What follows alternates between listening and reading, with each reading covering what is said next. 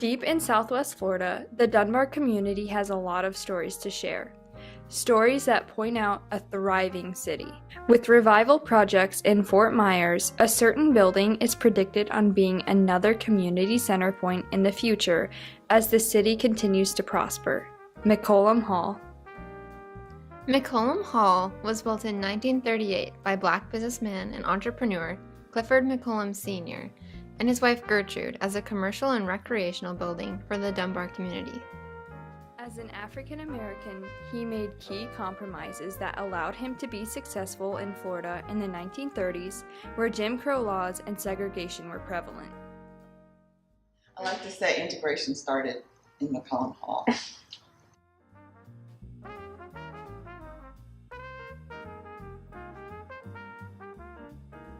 Buck was creating considerable wealth in Bolita, which means little ball in Spanish. It was a gambling system run by various ethnic groups in Tampa, Miami, and Jacksonville. This is how he was able to get funding for the hall. Buck had managed to start a smaller but highly successful version of the business in Fort Myers, where he was free from the syndicates of major Florida cities. Buck also founded the Central Life Insurance Company in Tampa, but having to steer clear of the white numbers boss Charlie Wall, Buck instead went to Lee County, which was very large for its time, but lacked that popularity. It should be noted that Buck succeeded in spite of compromises, not because of them. Typically, we think of a compromise as a good thing, two parties coming together and working things out, but in his case, societal forces or conflicts made him have to make unfair compromises. However, he navigated those compromises cleverly so that he could still end up on top. He found a way around the compromises he was forced to make and still found ways to attract crowds and big stars of the day to entertain the Fort Myers area. One of the most tragic events in Fort Myers history was the lynching of some African American young men. R.J. Johnson and Milton Wilson were accused of attacking two schoolgirls, and as a result were lynched without a trial. Lynching was common in the South after the Civil War when Union soldiers were removed from Southern states due to the Compromise of 1876. Furthermore, lynching at the time was not illegal on the federal level, but it was outlawed in the state of Florida, which didn't matter because the Southern Manifesto encouraged disobedience to integration laws. This resulted due to built-up tension from conflict between the races. Another thing we would have to work past to find compromise. The main conflict in Buck's situation was an issue of race. African Americans faced hatred and mistreatment every single day. Segregation, as an example of this mistreatment, was made legal in a Supreme Court case, Plessy v. Ferguson, in 1896. Segregation was still ever present in the 30s when McCollum Hall was built, and whites demanded that the concerts be separated by the red velvet rope. Buck constantly had to fight to get the respect he deserved. He did really well because he had a lot of support when he was in Bolita and made the money. And he had plenty money. He even loaned our church money when we were building. One of the first steps in starting integration was within schools, which was a cause of the Supreme Court case Brown v. the Board of Education, where the Chief Justice, Earl Warren, decided that having segregated schools was unconstitutional. The decision was made in 1954. However, Lee County schools did not desegregate until 1969, 15 years after the case. Dunbar High School was the black school in that time and was built in 1926 before the federal court case. But soon it was closed, and the African Americans were bused to Fort Myers High School, the white school of the time. It took 35 years for Lee County public schools to become fully desegregated. Integration was the compromise to the conflict of segregation. Both races had to come together to find a solution to the unfairness of segregation.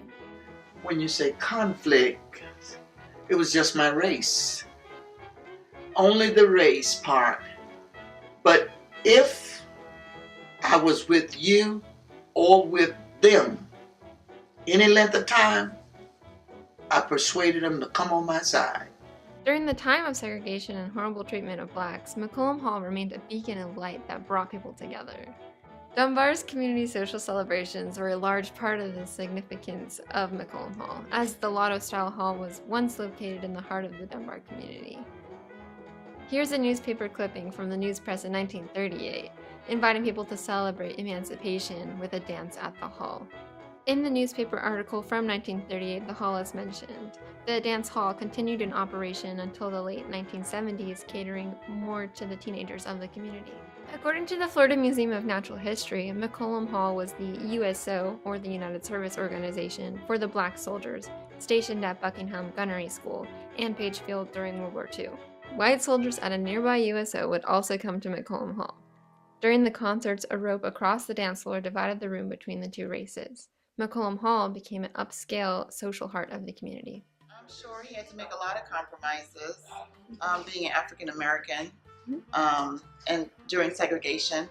But what is clear to me is that he was really good at it, because he negotiated building this place and providing that music that people came from all over to see. The musicians would stop here between Miami and Tampa. They weren't ever really coming here. This was a passing, it was a middle ground. So if they play in Miami, say on a Friday night, on Monday or Tuesday, they'd be in Fort Myers, and then they'd be on to Tampa, for the big nights, which are the weekends. So this is where it happened with, the big bands that played in here: Duke Ellington, Count Basie, Ella Fitzgerald, B.B. King. The stage was up there. On the sides were like a dressing room where a restaurant was. Mm-hmm. And I don't know which way the rope went, but it said that there was a velvet rope that separated the races. You had whites on one side, blacks on the other side.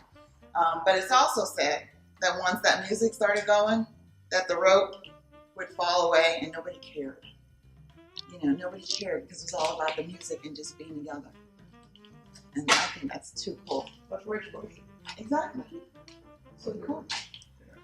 So I like to say integration started in McCollum Hall. In the mid-1980s, the second floor was changed to a rooming house.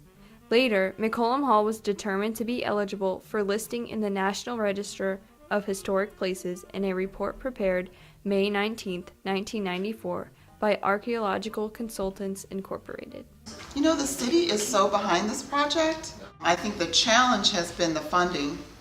Yeah. And, being able to identify that developer who can actually pull it off. And in the past, we did have a developer we were working with that, unfortunately, that didn't work out. So we're back at it again, and actually by the end of this month, we'll be putting out a request for proposals and seeking another developer. So the compromise on my part has just been waiting and trying to identify that right entity that will bring this property back to life. In McCollum Hall's registration, they included that a primary reason for construction of McCollum Hall was the need for commercial space in the Black community and meeting the residents' desire for a place to hold organized social gatherings. Because of the consistent population increase, Fort Myers needs a community center point. The restoration project has led us to consider the possibilities of yet another community center, central to the downtown location, for both blacks and whites, as a unifying building as it once was for the USO soldiers. Investors in the historic district plan on this and have made an effort to emphasize the importance of this building and what it means to the people who have grown up with it in their lives. Considering everything, Buck made a lasting impact on the Dunbar society, and his legacy lives on today. Through the conflicts that he faced and compromises that he made, the community has benefited greatly.